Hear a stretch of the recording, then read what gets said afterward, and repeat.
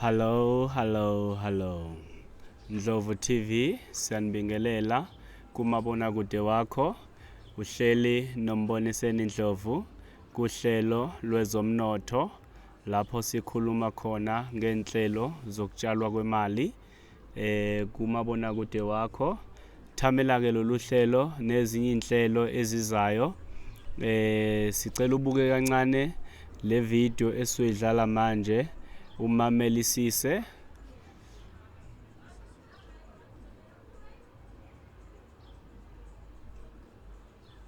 30 rand, you can buy 100 yuan.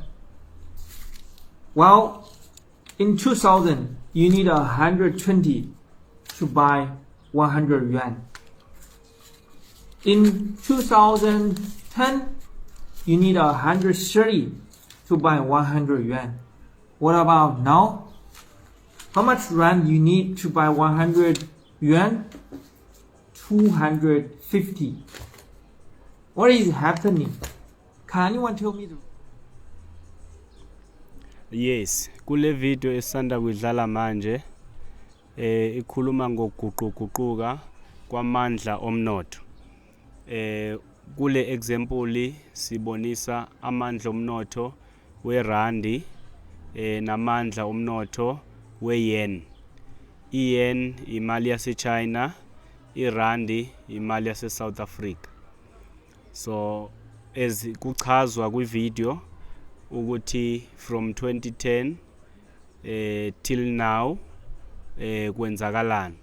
So amandla omnotho ayashifta from iRandi elalinamandla kakhulu kuneyen, kodwa manje iyen selidablisha twice, lingaphekwe randi twice, which means ukuze uthenge iyen kumele ube nama 100 rand ayi2 plus 30 rand, which is 230 to buy iyen. Kodwa eminyakeni emidala wawukwazi ukuthi nge30 rand ukwazi ukuthenga iyen eyi100 yen, which means i-dollar i-rand lalinamandla ngaleso sikhathi. Kodwa manje i-dollar alisenawo amandla, seli weak compared to iyen. Iyen isiya overpowerisha i-rand. Ngiyathemba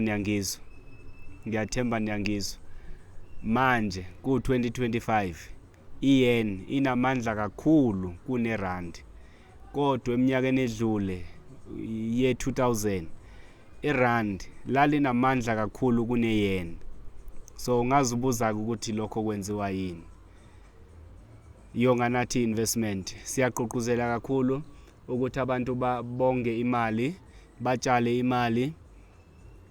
The more imali uyisebenzisa, the more we lose. Kodwa mawuyitshala, the more we gain. Ngoba mawuyitshala imali namhlanje, eminyakeni ezayo iyobe isikhulile. Ngakho siqoquzela kakhulu ukuthi abantu batshale imali. Yize uzoyisebenzisa yebo, kodwa thatha okuncane kwale mali onayo utshale. Siyabonga. Ndlovu TV.